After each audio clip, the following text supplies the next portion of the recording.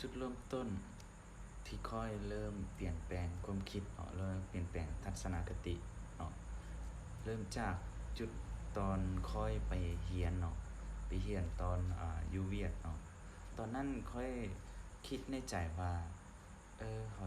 ถ้าเขาเรียนไปเฮ็ดเวียกไปมันก็ดีอยู่เนาะแต่ว่าสุดท้ายแล้วเขาเรียน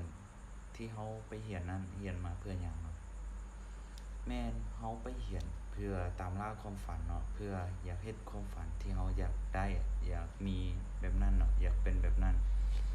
แต่หลักๆแล้วสิ่งที่มันบ่งบอกในสิ่งที่เฮากำลังเฮ็ดหรือว่ากำลังศึกษานั้น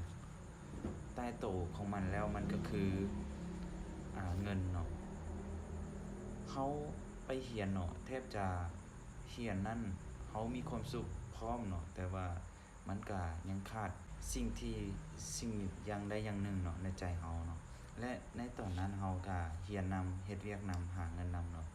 แต่สุดท้ายมาผลลัพธ์มาเรียนก็บ่ได้ครึ่งๆกลางๆเนาะแถมช่วงนั้นก็ยังเป็นคนติดสังคมอีกเนาะก็เลยติดเกมพร้อมและเฮาก็เฮ็ดเวียกไปพร้อมหาเงินเนาะตอนนั้นก็คือเป็นยุคที่ว่าหาเงินผ่านออนไลน์นี่ก็ว่าได้หลายเลยเนาะ แต่ว่าจะมีเงินเก็บบ่แทบจะบ่มีเลยเนาะเพราะว่าได้เงินมาก็ต้องใช้เบิดเนาะเบิดกับค่าใช้จ่ายกับการลิ้นกินในช่วงนั้นเนาะตอนไปเรียนและบัดนั้นเฮามาตั้งคำถามกับตัวเองว่าถ้าข้อยสิเฮ็ดแบบนี้มันจะเป็นแบบใดชีวิตข้อยในอนาคตเมื่อข้อยได้ตัดสินใจเนาะเริ่มศึกษาเนาะวิธีคิด ความคิดของคนที่เขาเจ้าประสบความสำเร็จเนาะแล้วความมั่งมีเนาะเขาเลยตัดสินใจไปซื้อปึ้มเนาะโดยที่ปึ้มนั่นเป็นภาษาเวียดเลยเนาะและตอนนี้ก็ยังอยู่ฮอดปัจจุบันเนาะตั้งแต่ค่อยเรียนตอนนั้นเนาะยังอยู่ฮอดปัจจุบันเพราะว่าปึ้มบทนั้นน่ะมันสามารถเปลี่ยนความคิดค่อยได้เลยเนาะซึ่งปึ้มหัวนี้นะThink and Ground Rick เนาะ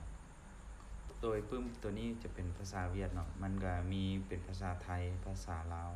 น่าจะมีแปลแล้วเนาะสามารถหาซื้อได้ผ่านออนไลน์ผ่าน Facebook ต่างๆหรือว่าเว็บไซต์เนาะที่มีอยู่ในลาวสามารถซื้อขายซื้อมาอ่านได้โดยปึ้มหัวนี้มันจะบ่งบอกถึงการใช้ชีวิตการเฮ็ดแนวใดความคิดของเราเนาะโดย ตามหนังสือหน้าปกเลยเนาะคิดแล้วรวยเนาะจะเฮ็ดได้ไดเนาะ